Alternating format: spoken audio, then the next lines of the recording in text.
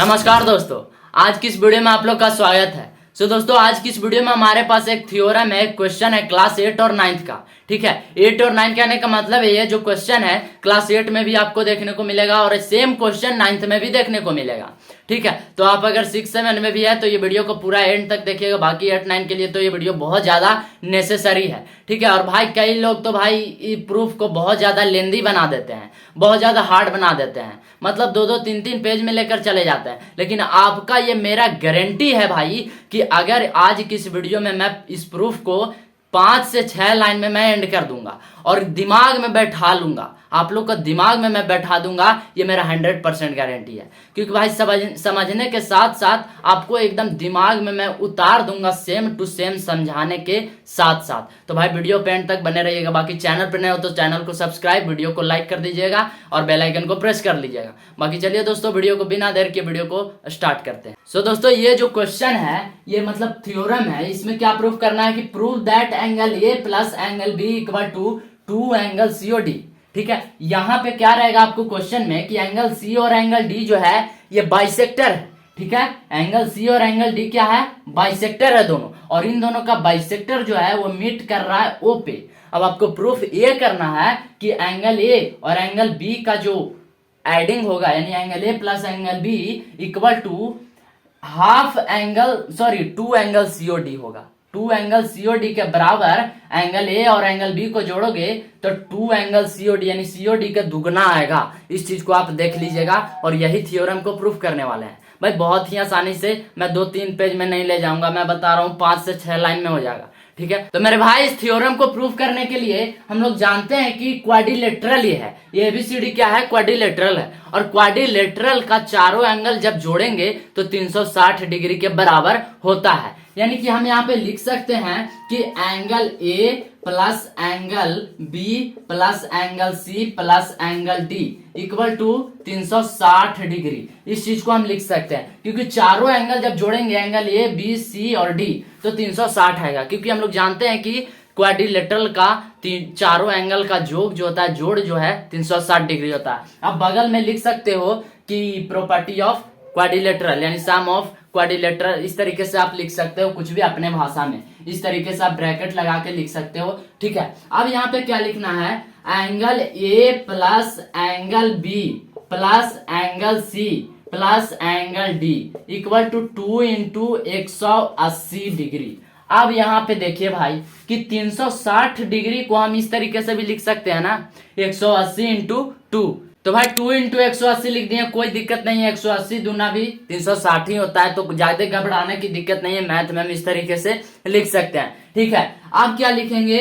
Angle A plus angle B plus angle C plus angle D equal to क्या लिखेंगे कि भाई 2 into, यहाँ पे इस तरीके का ब्रैकेट लगाएंगे। ठीक है, ब्रैकेट में क्या लिखाएगा? ब्रैकेट में लिखाएगा half angle C plus half angle D. थोड़ा सा छोटा दिख रहा होगा बट आप लोग समझने की कोशिश करो। ठीक है, plus angle C O D. अब यहाँ पे आप लोग थोड़ा सा समझने की कोशिश करो। ठीक है भाई, यहाँ पे हाफ एंगल सी का क्या मतलब है? तो भाई हाफ एंगल हमने बताया कि ये बाइसेक्टर है।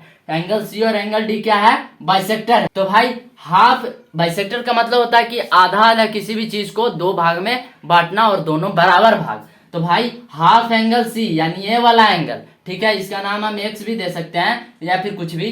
तो भाई हाफ एंगल ये हो गया। ठीक है, और फिर हाफ एंगल डी हो गया यानी ये वाला एंगल, ये एंगल और ये एंगल, और plus angle C O D यानी ये एंगल। अब ये तीनों एंगल को जब हम जोड़ेंगे, हमने ऐड इसीलिए लगाया कि तीनों एंगल को जब हम जोड़ेंगे तो मेरे दोस्त 180 डिग्री आता है। क्योंकि ये आप देख सकते हैं कि ट्रायंगल है और ट्रायंगल का तीनों एंगल जब जोड़ेंगे तो 180 डिग्री आएगा। ये चीज आप लोग को भली भांति पता है। ठीक है, अब भाई हम 180 की जगह ये भी पुट कर सकते हैं half angle C plus half angle D plus angle C O D. इस तरीके से भी हम लिख सकते हैं, कोई दिक्कत नहीं है। हाफ एंगल का मतलब ये हो गया क्योंकि भाई ये बाइसेक्टर है ना एंगल सी, तो हाफ एंगल ये और एंगल ये चीज आप लोग को समझ में आ रहा होगा। अब क्या लिखना है?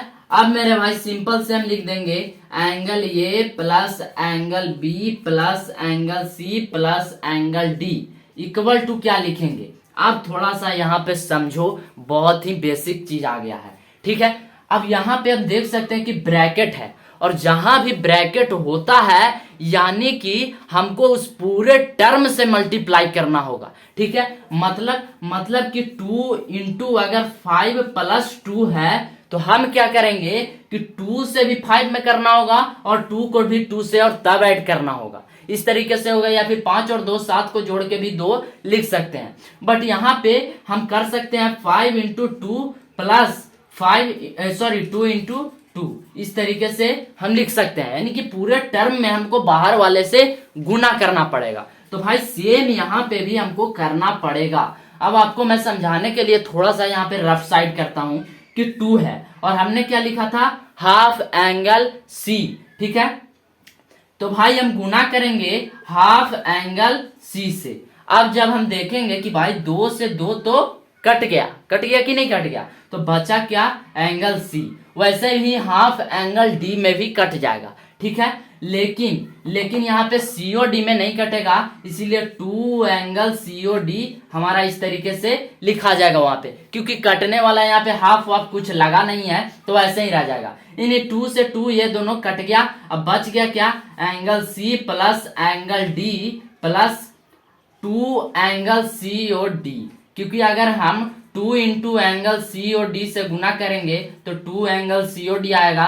ये चीज आप लोगों को पता होगा, किसी भी चीज को 2 से तो भाई 2 लगा दो, कोई दिक्कत नहीं है। तो हमारा ये आ गया आंसर। अब देखो कि भाई ये चीज क्या में है, प्लस में है, कुछ नहीं तो प्लस है, ठीक है। और इधर आएगा इक्वेशन, यहां से आप रेडी कर दो, इक्वेशन तो ऊपर से ही है, इधर आएगा तो ये क्या होगा, ये क्या होगा भाई, इधर आएगा तो माइनस हो जाएगा, एंगल सी और एंगल डी दोनों माइनस हो जाएगा, और एक है प्लस और एक है माइनस, यानी कि कैंसिल हो जाएगा, सी डी दोनों कैंसिल हो जाएगा। अब बच गया हमारा क्या, angle A plus angle B equal to 2 angle C और डी।